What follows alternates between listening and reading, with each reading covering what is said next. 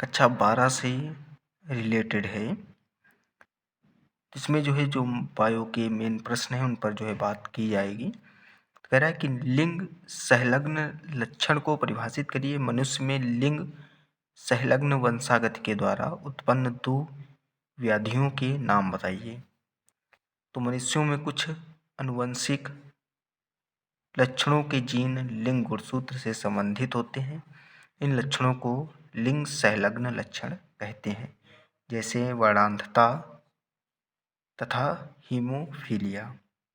फिर प्रश्न कह रहा है कि मनुष्य तथा ड्रोसोफिला में गुणसूत्र की संख्या बताइए। तो मनुष्य में गुणसूत्रों की अगुणित संख्या 23 तथा ड्रोसोफिला में 4 होती है।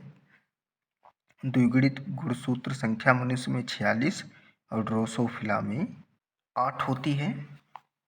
आगे प्रश्न कह रहा है कि मनुष्य में जीनी व्यतिक्रमों की वंशागति के 2 उदाहरण बताइए। तो मनुष्य में जीनी व्यतिक्रमों के कारण रंजकहीनता और एल्केप्टोन्यूरिया आदि विकार पैदा होते हैं।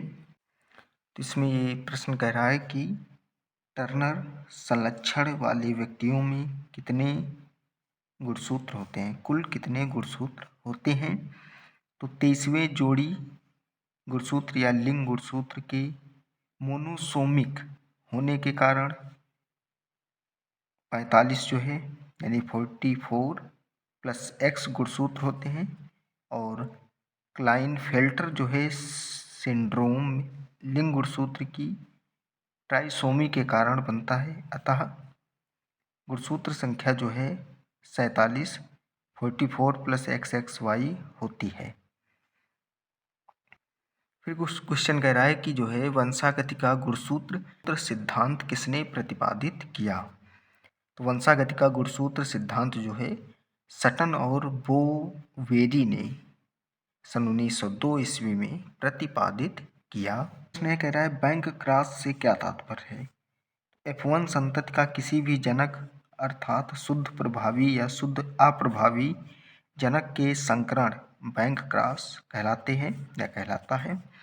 फिर कह रहा है टेस्ट क्रॉस या परीक्षण संकरण से क्या तात्पर्य है। जब किसी प्रभावी फिनोटाइप वाले जीव का जीनोटाइप ज्ञात करने के लिए उसका संकरण शुद्ध अप्रभावी जनक से कराया जाता है, तो इसे टेस्ट क्रॉस कहते हैं। ये प्रश्न कह रहा है कि स्पर्धा एवं परजीविता की उदाहरणों सहित व्याख्या करिए। या अंतरजातीय स्पर्धा पर संक्षिप्त टिप्पणी लिखिए या परजीविता पर संक्षिप्त टिप्पणी लिखिए।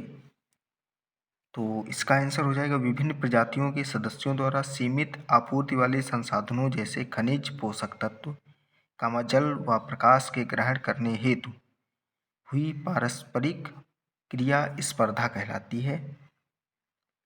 याद कर लीजिए, इसमें पारस्परिक क्रिया करने वाली दोनों सदस्य प्रजातियां ऋणात्मक रूप से प्रभावित होती हैं।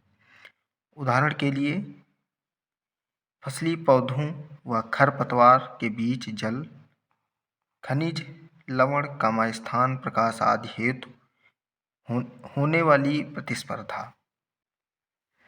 इसमें फ्लेमिंगो पक्षी व दूसरा पॉइंट मछलियों के बीच साझे खाद्य जंतु प्लवक के लिए होने वाली प्रतिस्पर्धा। प्रतिस्पर्धा का एक प्रकार बाधा स्पर्धा भी है। इसमें एक प्रजाति की असन्न दक्षता दूसरी प्रजाति की दमनकारी या बाधाकारी उपस्थिति के कारण घट जाती है। अब इसमें जीएफ कास के अनुसार कोई भी 2 संबंधित प्रजातियां समान समय में समान कर्मता असीम काल तक धारण नहीं कर सकती। पर इस सिद्धांत के अपवाद भी हैं। तो इसमें परजीविता पूछ रहा था, तो इसके बारे में देखिए। विषमपोषी जीवधारी जो जीवित पोषी के शरीर से आहार प्राप्त करते हैं परजीवी कहलाते हैं तथा यह घटना परजीविता कहलाती है, जैसे अधिकांश जीवाणु, कवक इत्यादि।